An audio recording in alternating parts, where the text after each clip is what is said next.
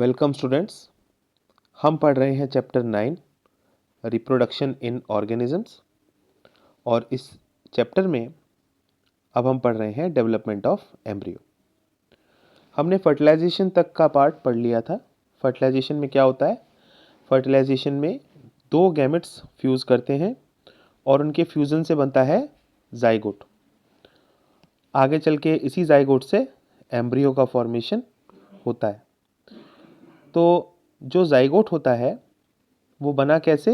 जब स्पर्म और ओवम ने आपस में फ्यूज़न किया तब ये जाइगोट बना और इस प्रोसेस को हमने बोला फर्टिलाइजेशन और इससे हम जाइगोट का फॉर्मेशन हुआ।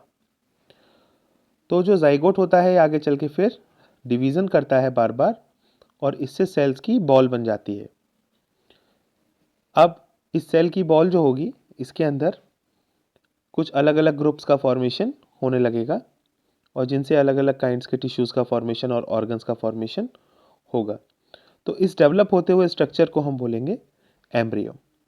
जैसा कि आप यहाँ देख पा रहे हैं, ये जो आपको फिगर दिखाया गया है इसमें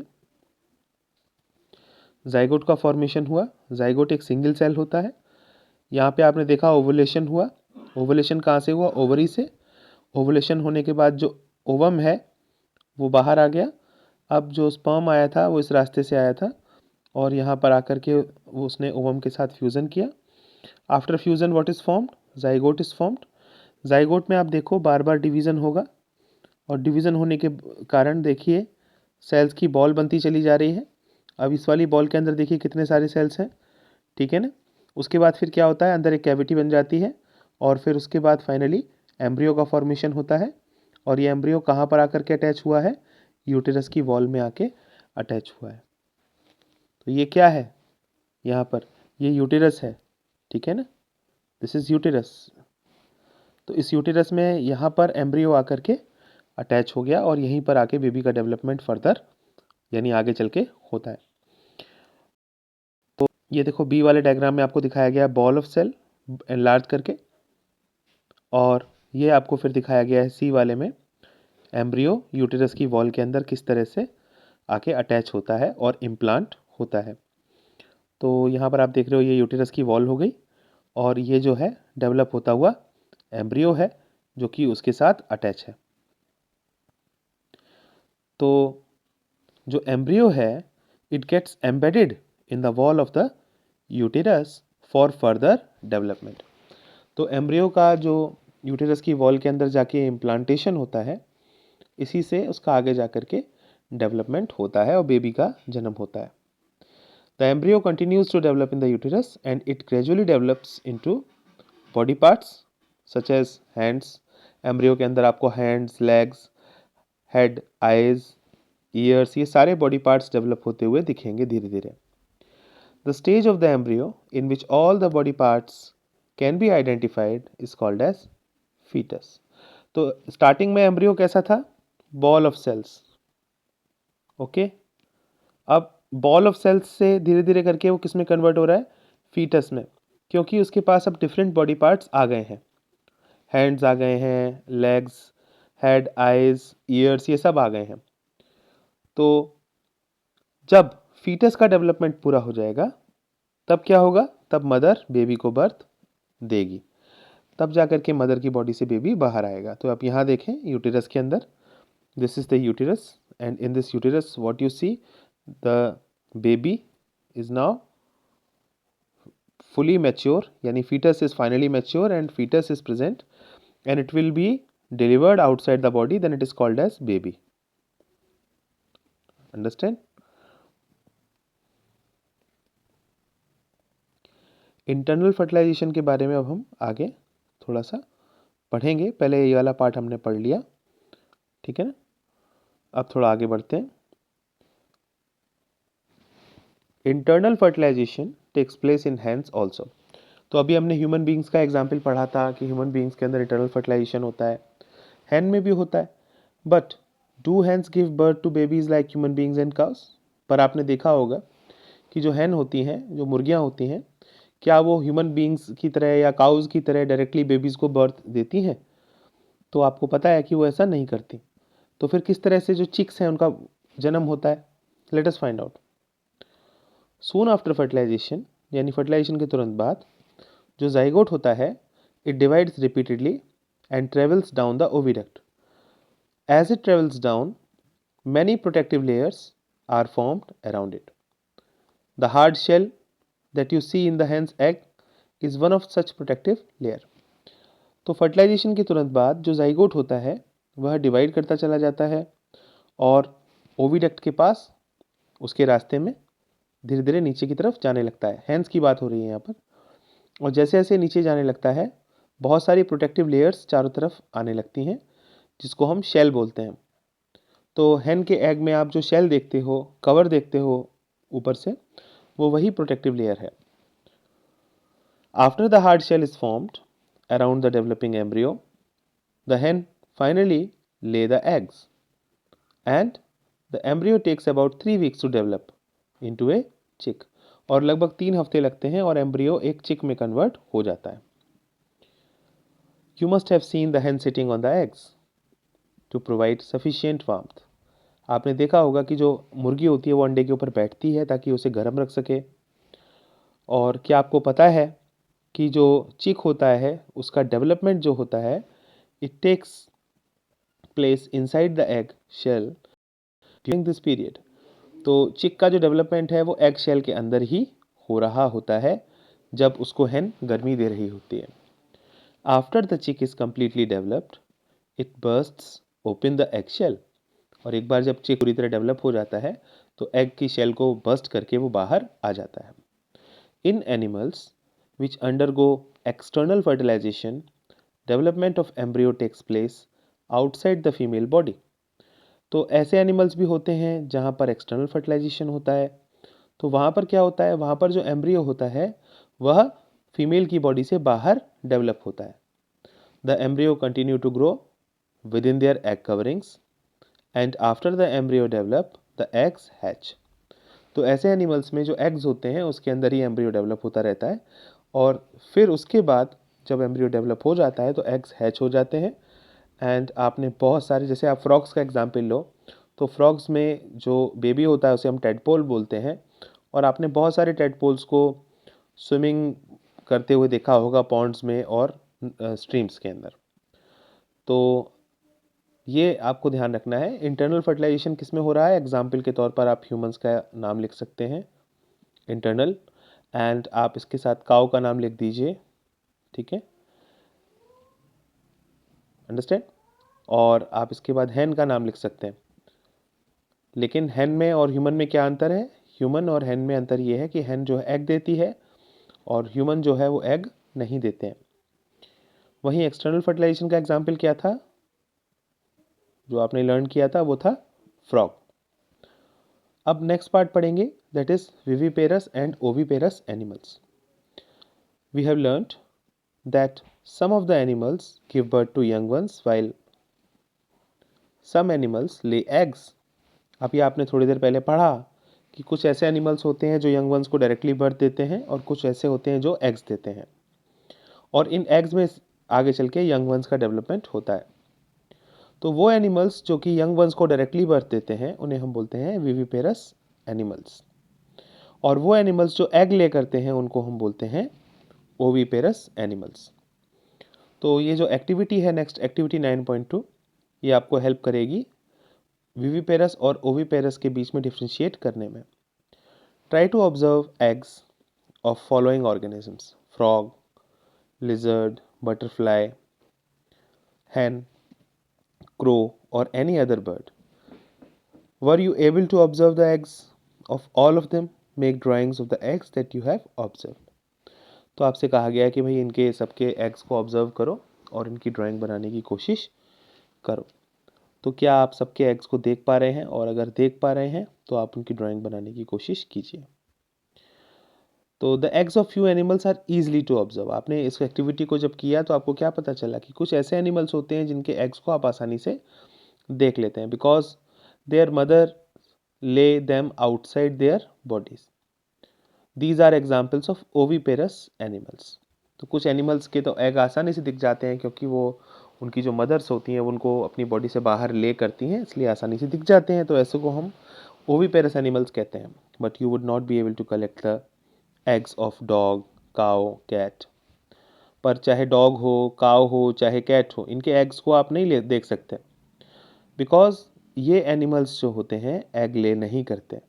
तो जो मदर होती है वो डायरेक्टली यंग वंस को बर्थ देती है. तो ऐसे एनिमल्स कौन से हो गए? विविपेरस एनिमल्स हो गए. तो can you now give more examples of viviparous and oviparous animals? Can give. आप हमें, मुझे पक्का यकीन है कि अब आप विविपेरस और ओविपेरस एनिमल्स के एग्जांपल्स अच्छे से दे पाएंगे. Young ones to adults. तो अब देखो यहाँ पर आपको बताया गया है कि कैसे यंग वंस से एडल्ट्स का फॉर्मेशन होता है.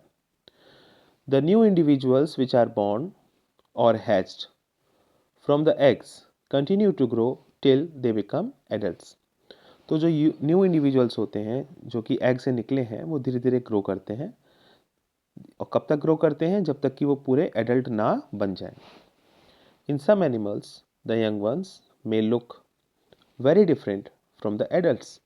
कुछ एनिमल्स ऐसे होते हैं जिनमें यंग वंस जो होते हैं वो एडल्ट के जैसे नहीं दिखाई देते, बिल्कुल अलग ही दिखाई देते हैं. जैसे कि अगर आपको याद हो, आपने क्लास 7th में पढ़ा था life cycle of silk worm. तो इस लाइफ साइकिल में आपने पढ़ा था कि सबसे पहले एग होता है, फिर उसके बाद लार्वा का फॉर्मेशन होता है जिसको हम कैटरपिलर भी बोलते हैं, फिर प्यूपा वाली स्टेज आती है और उसके बाद फिर एडल्ट का फॉर्मेशन होता है. तो ऐसा ही एक एग्जाम्पल आप देखेंगे फ्रॉग का, जिसके बारे में डिस्कस किया गया है फिगर 9.10 में. तो इसमें आप देखो अलग अलग स्टेजेस होती हैं फ्रॉग की, डेवलपमेंटल स्टेजेस कहा जाता है जिनको, एग से लेकर के एडल्ट स्टेज तक. We find that there are three distinct stages: egg, tadpole and adult. तो don't the tadpoles look so different from the adults? तो क्या tadpole बिल्कुल adult से अलग दिखाई देते हैं? Yes. Can you imagine that these tadpoles would someday become frogs?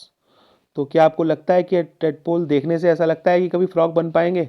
तो आंसर आएगा नो, हमें तो ऐसा नहीं लगता. लेकिन देखो कितने एडल्ट से डिफरेंट है, उसके बाद भी ये फ्रॉग बन जाते हैं. इसी प्रकार से जो कैटरपिलर था या जो प्यूपा था वह एडल्ट मॉथ से कितना अलग दिखाई देता है. आगे चल के देखो वो भी एडल्ट मॉथ बन जाता है. तो the features that are present in the adult are not found in these young ones. तो ये जो एडल्ट के अंदर फीचर्स थे, जैसे फ्रॉग जैसा दिखता है वैसा ये यंग वंस नहीं दिख रहे हैं. Then what happens to the tadpoles और कैटरपिलर्स देयर आफ्टर. तो इनमें क्या होता है ऐसा कि ये एकदम से चेंज हो जाते हैं. You must have seen a beautiful moth emerging out of the cocoon. आपने ज़रूर कोई ना कोई ऐसा मॉथ देखा होगा जो कोकून से बाहर आ रहा होता है. In the case of tadpoles they transform into adults capable of jumping and swimming. और जब आप फ्रॉग के एग्जाम्पल को देखो तो फ्रॉग में जो tadpole होता है वो आगे चल के किस में बनता है? फ्रॉग में कन्वर्ट होता है और फिर जंपिंग करना, स्विमिंग करना, दोनों काम स्टार्ट कर देता है. The transformation of larva into the adult through drastic changes is called as metamorphosis. तो इस प्रोसेस को हम मेटामॉर्फोसिस कहते हैं, जिसमें जो यंग वन है यानी जो लार्वा है वो धीरे धीरे ट्रांसफॉर्म होता है और एडल्ट बन जाता है, अपने स्वरूप को बदल लेता है. What about the changes that we observe in our body as we grow? Do you think we too undergo metamorphosis? In human beings, body parts similar to those present in adults are present from time of birth. तो अगर हम अपने शरीर को देखें, अपने जैसे छोटेपन में देखें अपने आप को, और अब हम बड़े हो गए हैं अपने आप को देखें, तो क्या हमारी बॉडी के अंदर कोई मेटामॉर्फोसिस होता है? तो आंसर आएगा नो. ह्यूमन बीइंग्स में मेटामॉर्फोसिस नहीं होता, क्योंकि जो हमारे बॉडी पार्ट्स एडल्ट बॉडी में होते हैं वही बॉडी पार्ट्स एक यंग वन की बॉडी में बर्थ के टाइम पर ही होते हैं. तो इसीलिए कोई मेटामॉर्फोसिस नहीं होता. लेकिन फ्रॉग्स में, सिल्क वर्म में मेटामॉर्फोसिस होता है, यानी बहुत बड़ा चेंज आ जाता है बॉडी में और डेवलपमेंट के टाइम पर. जैसे कि यहाँ पर आपको फिगर दिखाया गया है, फिगर 9.10. तो फिगर 9.10 में आप देखो, सबसे पहले एग वाली स्टेज है. एग्स का फिर डेवलपमेंट होता है तो अर्ली टेडपोल जो कि पानी में स्विम करता है, फिर लेट टेडपोल, ठीक है, उसके बाद फिर एडल्ट फ्रॉग का डेवलपमेंट होता है. तो आप देखो ज़रा टेडपोल में और फ्रॉग में कितना बड़ा डिफरेंस है. टेडपोल का स्ट्रक्चर फिश के जैसा है, जबकि फ्रॉग जो है वो बिल्कुल अलग हो गया। टेडपोल पानी में स्विम करता है, उसके पास गिल्स होते हैं, जबकि फ्रॉग जो होता है उसके पास लंग्स डेवलप हो जाते हैं। तो आप देखें 4 लिम्स भी दिखाई दे रहे हैं फ्रॉग के, और हाइंड लिम्स भी दिखाई दे रहे हैं। फ्रॉग जंप कर सकता है, टेडपोल के पास ये सारी एबिलिटीज़ नहीं है। तो काफ़ी बड़ा चेंज आया है और डेवलपमेंट के टाइम पर ही आया है, तो उसको बोलते हैं मेटामॉर्फोसिस।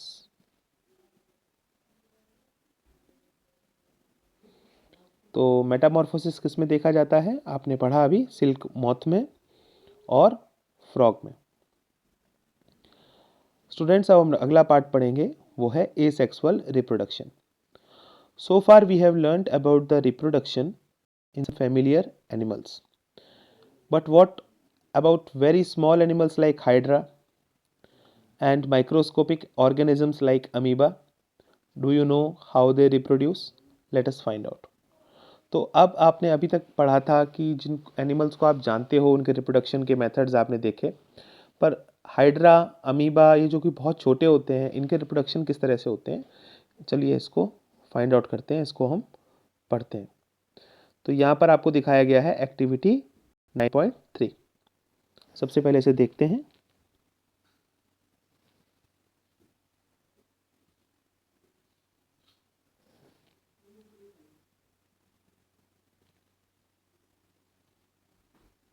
एक्टिविटी को आप देखो, यहाँ पर आपको क्या दिखाया गया है, यहाँ पर आपको हाइड्रा दिखाया गया है, ठीक है ना। और जो हाइड्रा है इट इज़ अंडरगोइंग बडिंग, ये बडिंग का काम कर रहा है इस time. Budding is a type of reproduction which is going on in hydra. तो get the permanent slides of hydra, observe them using hand lens और माइक्रोस्कोप। तो आप हाइड्रा की स्लाइड निकाल के लाओ और उनको आप माइक्रोस्कोप में देखो, या अपने टीचर से आप कह सकते हैं। तो उसमें आपको क्या दिखाई देगा, उसमें आपको बडिंग होती हुई दिखाई दे सकती है। जैसे हाइड्रा है, इसमें आपको देखो ये यहाँ पर बडिंग होती हुई दिखाई दे रही है, एक बल्ज फॉर्म हो रहा है, यानी एक उभार बन रहा है बॉडी के निचले पार्ट में। और यहाँ से आप देखेंगे कि बल्जिस एक भी हो सकते हैं, एक से ज़्यादा भी हो सकते हैं। तो इन बल्जिस से फिर आप देखो धीरे धीरे करके क्या हो रहा है, यंग हाइड्रा का फॉर्मेशन हो रहा है। तो पेरेंट की बॉडी कहाँ पर है, ये पेरेंट बॉडी है, ठीक है ना, this is the parent body and this is the new hydra. तो this kind of reproduction is asexual reproduction. यहाँ पर कोई गैमेट का फॉर्मेशन नहीं हुआ, नो गैमेट इज इन्वॉल्व्ड, कोई गैमेट नहीं बना, दो अलग अलग पेरेंट्स इन्वॉल्व नहीं है, केवल एक ही पेरेंट है, ये रहा आपके सामने, है ना। और एक यंग वन का फॉर्मेशन भी हो गया। तो ये क्या है, ये बडिंग है। In hydra there may be one or more bulges. These bulges are the developing new individuals and they are called as buds. तो जो बल्जेस हाइड्रा में निकल के आ रहे होते हैं, जो उभार होते हैं उसकी बॉडी पर, उनसे यंग वंस डेवलप हो सकते हैं और इनको हम बोलते हैं buds. Recall the presence of buds in yeast, yeast में भी ऐसी बर्ड्स का फॉर्मेशन होता है। In hydra to the new individuals develop as outgrowths from a single parent. तो एक सिंगल पेरेंट से, यानी एकमात्र अकेले पेरेंट से आप देखोगे कि नए इंडिविजुअल्स का फॉर्मेशन हो सकता है। And this type of reproduction in which only a single parent is involved is called as asexual reproduction. Since new individuals develop from the buds in hydra, this type of asexual reproduction is called as budding. अब क्योंकि बड से नए individual का formation हुआ था तो इसको बोलते हैं budding. Another method of asexual reproduction is observed in the microscopic organism which is called as amoeba. Amoeba में भी हमें asexual reproduction देखने को मिलता है, देखो कैसे। You have already learned about the structure of amoeba. आप सबको पता ही है अमीबा का स्ट्रक्चर कैसा होता है। You will recall that amoeba is a single celled organism. ये सबको पता ही है कि अमीबा सिंगल सेल्ड होता है। It begins the process of reproduction by the division of its nucleus into two nuclei. तो अमीबा में सबसे पहले क्या होता है, जो उसका न्यूक्लियस होता है वो दो पार्ट्स में डिवाइड होता है, और उसके बाद फिर क्या होता है, जो उसकी बॉडी है वो दो पार्ट्स में डिवाइड हो जाती है, और कुछ इस तरह डिवाइड होती है कि दोनों पार्ट्स के अंदर जो नए न्यूक्लियस हैं वो चले जाते हैं। तो ऐसा करने पर दो अमीबे फॉर्म होते हैं, एक पेरेंट अमीबा से दो अमीबे फॉर्म हो जाते हैं। तो ये भी एक एसेक्सुअल प्रोडक्शन है, बिकॉज इसके अंदर पेरेंट कितने हैं, only one single parent is there. Now look various stages. This is parent amoeba. सबसे पहले आपने देखा डिवाइडिंग न्यूक्लियस, न्यूक्लियस का डिवीजन हो गया, दो न्यूक्लियस बन गए, और उसके बाद फिर आपने क्या देखा, साइटोप्लाज्म भी डिवाइड हो गया। अब देखो दो अमीबा आपके सामने यहाँ पे आ गए हैं, टू अमीबे आर हियर, एक एंड ये रहा सेकेंड वन। तो ये क्या कहलाता है, this process called as binary fission in amoeba. This is also asexual reproduction in which animal reproduces by dividing into two individuals, and it is called as binary fission. Apart from budding and binary fission, there are other methods by which a single parent reproduces young ones. You will study about these in your higher classes. तो binary fission और budding के अलावा भी दूसरे तरीके हैं जिनसे कोई सिंगल पेरेंट रिप्रोड्यूस करके यंग वंस को बना सकता है। इसके बारे में आप हायर क्लासेस में यानी बड़ी क्लासेस में पढ़ेंगे। अब बच्चों लास्ट टॉपिक है हमारे इस चैप्टर का, वो है story of Dolly the clone. Cloning is production of exact copy of a cell, any other living part और ए कंप्लीट ऑर्गेनिज्म। क्लोनिंग क्या है, क्लोनिंग में हम कॉपी बनाते हैं, किसी सेल की एग्जैक्ट कॉपी बना सकते हैं, या हम किसी उसके लिविंग पार्ट की कॉपी बना सकते हैं, किसी ऑर्गेनिज्म की किसी लिविंग पार्ट की हम कॉपी बना सकते हैं, या हम कंप्लीट ऑर्गेनिज्म की एक कॉपी बना सकते हैं। तो क्लोनिंग का जो एक्सपेरिमेंट है it was successfully performed for the first time by Ian Wilmut and his colleagues at the Roslin Institute of Edinburgh. तो एडिनबर्ग में एक रोजलिन इंस्टीट्यूट था, वहाँ पर आयन विल्मट ने सबसे पहले अपने दो साथियों के साथ मिलकर के क्लोनिंग का जो एक्सपेरिमेंट है वो परफॉर्म किया। एडिनबर्ग कहाँ पर है, स्कॉटलैंड में है। They successfully cloned a sheep called Dolly. उन्होंने डॉली नाम की एक शीप को सक्सेसफुली क्लोन किया, and Dolly was born on 5 July 1996 and was the first mammal to be cloned. तो डॉली सबसे पहला मैमल था जिसका क्लोनिंग किया गया था, and this is Dolly in front of you, ये रहा, ठीक है ना। और डॉली के को क्लोन करने के लिए दो डिफरेंट काइंड्स की शीप्स का यूज़ किया गया था, Finn Dorset sheep and Scottish blackface ewe. तो इनका यूज़ किया गया था। During the process of cloning of Dolly, a cell was collected from the mammary gland of a female Finn Dorset sheep. तो फीमेल फिन डॉर्सेट शीप के mammary gland से cell लिया गया, ठीक है ना। तो ये फिन डॉर्सेट शीप है, इसके मेमोरी ग्लैंड से सेल लिया गया। Simultaneously an egg was obtained from a Scottish blackface ewe. और स्कॉटिश ब्लैकफेस ईव जो है, इससे क्या लिया गया, egg. The nucleus was removed from the egg. अब एग जो था, इसके अंदर न्यूक्लियस होता है, इस न्यूक्लियस को हटा लिया गया, रिमूव कर लिया गया, तो एग अब अंदर से न्यूक्लियस फ्री हो गया। Then the nucleus of the mammary gland from the fin dorsate sheep was inserted into the egg. अब इस एग के अंदर हम किसका न्यूक्लियस लगा दिया गया, फिन डॉर्सेट शीप का न्यूक्लियस लगा दिया गया।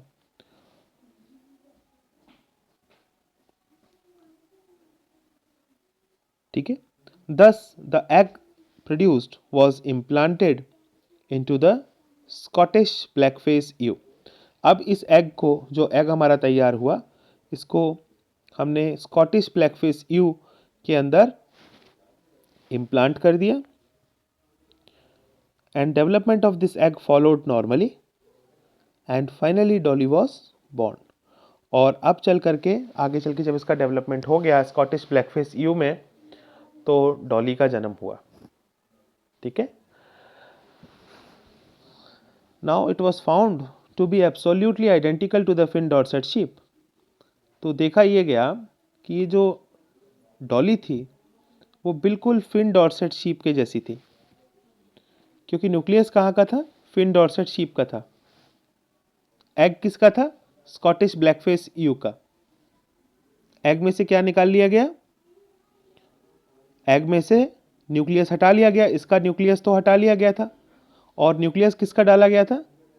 फिन डॉर्सेट शीप का, और फिर इम्प्लांट करा दिया गया था। तो पता है बेबी जो है डेवलप हुआ वो किसके जैसा था?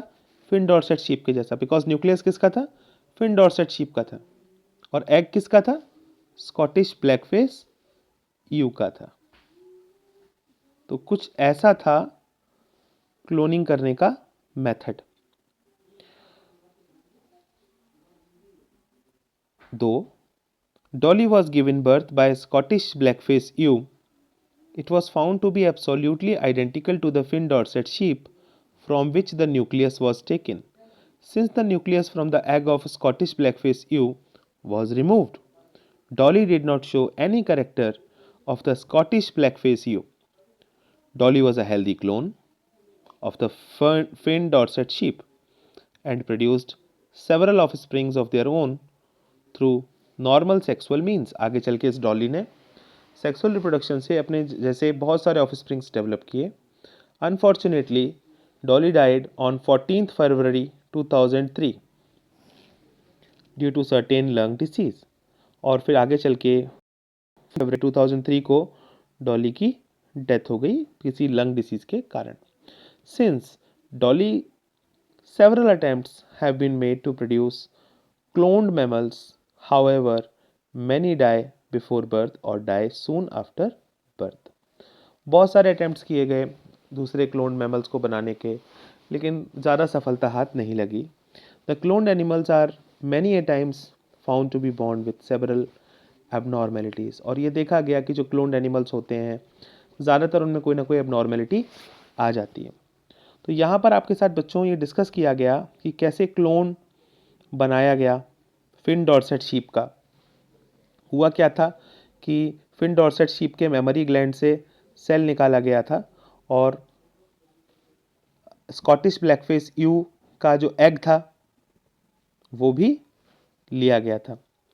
तो क्या किया गया बच्चों उसके बाद फिर ये किया गया था कि स्कॉटिश ब्लैकफेस ईयू का जो एग था उसका न्यूक्लियस हटा दिया गया, और फिन डॉर्सेट शीप का न्यूक्लियस उसकी जगह लगा दिया गया, और फिर इस एग को वापस यूटेरस में इम्प्लांट कर दिया स्कॉटिश ब्लैकफेस ईयू के। तो ऐसा करने के बाद यहाँ पर जो बेबी डेवलप हुआ वो क्या था? डॉली। और डॉली किसकी क्लोन थी?